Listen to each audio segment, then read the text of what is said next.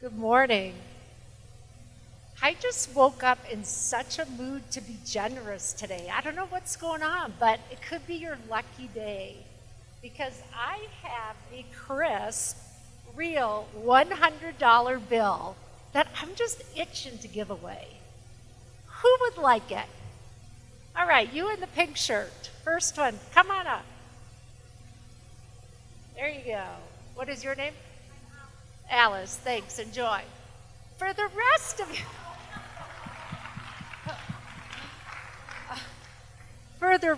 of you, make a quick mental note on what was the first thought that went through your head when I offered you the money. Hold that thought, we'll come back to it. So this is kind of a crazy fact about me, but you know, I was already 22 years old when I discovered that flan was a dessert. Flan was a dessert. Now don't get me wrong, I had had plenty of flan, and I'd actually had really good flan. But you see, when I was growing up, my very Italian mother had perfected the art of how to get 9 kids out the door in the morning on time for school. And you know what her secret was? It was all about the breakfast buffet. So we knew when we got up in the morning, you started at one end of the kitchen counter, and the menu was predictable. It started with bread, muffins, Pop-Tarts, peanut butter and jelly, honey, butter, a great selection of the highest quality cereals. You know, Captain Crunch, Cocoa Puffs. It went on, the juices, and of course Tang. Some of you are old enough to remember you had to have Tang. And then a big bowl just overflowing with beautiful fresh fruit. And there, at the end of the line, was a perfectly crafted caramel-covered flan. Now, you can imagine as an adult, when someone pointed out to me that, what are you talking about? Flan is a dessert. I had to get my mom on the line because I was so confused. I was like, Mom, am I crazy? Or didn't you used to have a flan at the end of every breakfast bar? And she said, well, of course I did. It's just milk and eggs. And besides, every Italian knows that flan comes under the category of health food. Well, my wacky, independent thinking mom not only rocked the breakfast bar, she also earned a PhD, speaks 6 languages fluently, and according to the small town local gossip, she threw the best parties you had ever seen. In my mind, there was nothing my mom couldn't do. I mean, it was like she had superpowers. Until later, as an adult, I looked at her through a different lens, and what I realized is there was a whole category in which she had 0 skills, and that was in her ability to receive, the ability to be a receiver. Now, I introduced my mom to you because guess what? I believe that you all have a lot in common with her. I mean, let's look at it.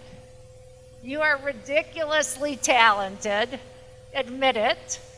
The Denver restaurant scene and hospitality is just off the chart. You're crazy hard workers, multi-talented, multitaskers, and you're amazing at creating experiences for others. Whether that's food, ambiance, service, hospitality, you do it all.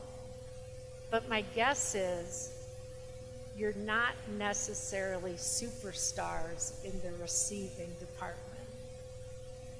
Could that be true? So let's go back to that $100 bill. And just think for a minute, what was that first thought that may have stopped you from jumping up here and grabbing that money out of my hand? You remember what you were thinking?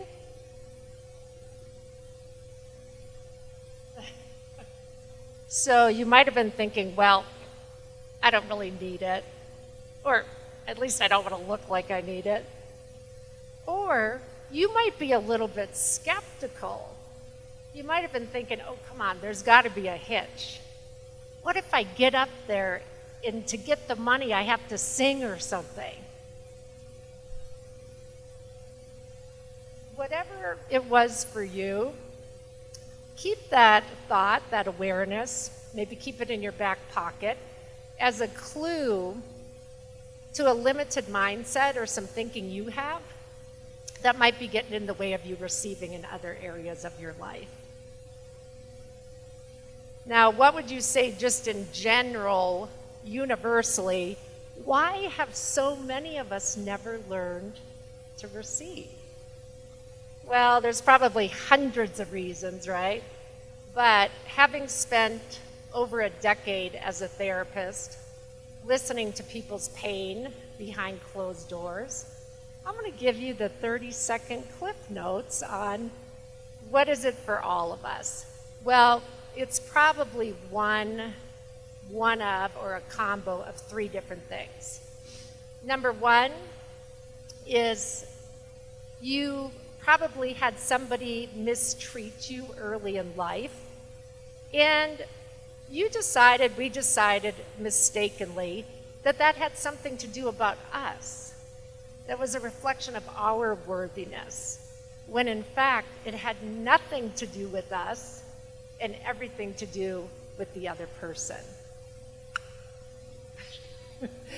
Secondly, you may have grown up in a family culture, and it might have been kind of a subtle secret motto that whoever had the least amount of needs was going to come out okay. You were going to survive. And so understandably, you got really good at having as few needs as possible and not needing to receive. Or maybe it was more general. Maybe somewhere you just got the message that what you did, what you achieved, what you produced and accomplished was way more important than who you were or what you were able to receive. We have a very high-tech clicker. It's wireless. And the good news is really none of these reasons really matter. The why we didn't learn to receive is kind of irrelevant at the end of the day. All it really takes to change, if you're thinking, well, maybe this does apply to me, maybe I'm a super giver, but I haven't learned to receive, all you need to do is have that awareness, be willing to take some uncomfortable or new action, and you can get massive positive results.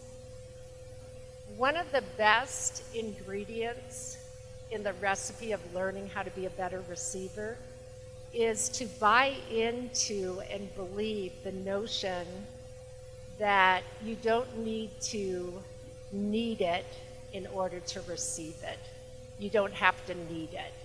And I think so many of you, so many of us in general, you're so good at giving, getting it done, you know you're independent, you know you can do it yourself without help, that you use that as an excuse that you don't need it, and so you don't need to receive it. So in your industry in particular, you are at super high risk if you continue to give at the pace and at the excellence at which you're all giving. There's a downside to it. You're at risk for burnout, for exhaustion, for depression, for anxiety, for over-consuming. And even probably more importantly, you're at risk for losing your edge. You're at risk of losing your passion that got you into the business in the first place, in lowering, decreasing, or even losing your creativity. Because there's a natural cycle of giving and receiving, and it can't always be about you outputting. So what if you're starting to get convinced, okay, maybe I need to learn how to receive? How would a person do that? I'd say for beginners, start small. And think about just starting to say yes more often when something good is offered to you. And start paying attention to your relationship of how many times you say no when you could have said yes. So when someone offers to cover a shift for you, they offer to open the door, or they offer to help you with your overhead luggage, or carry a bag, or work on a project, say yes. I know you don't need it. I know you're very capable, but practice saying yes. I'll tell you, one of the fun ways that I've kind of built my muscle of learning to receive is a game that I play, and you might enjoy it too. Anytime that I go into a hotel to check in or rent a car, I have a standard line after I've chit-chatted with them. I just say, hey, Bob, how would you feel about giving me a complimentary upgrade today?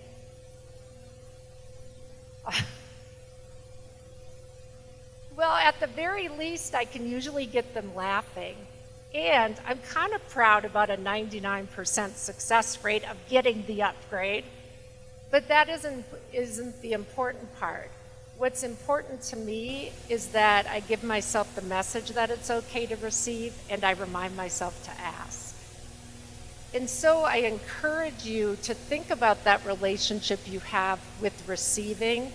And for some of you who are maybe in a little bit of the extreme or have a hard time with that, it might also help to think about it that by being willing to receive, you are also giving somebody else the opportunity to be a giver, which is something that you so enjoy yourself. And especially in the food and beverage hospitality industry, you have to be coming from giving from a place that your cup is full and you're giving from the overflow, not that you are giving from a place of depletion and burnout and running on empty. And as Justin had mentioned about conflict resolution, one great cue to where you might not be receiving enough is when you start to feel resentment. Because resentment generally means you went into sacrifice somewhere along the way. You weren't authentic to yourself about how much you could give. You overgave, you're resentful, and now it's going to end in conflict.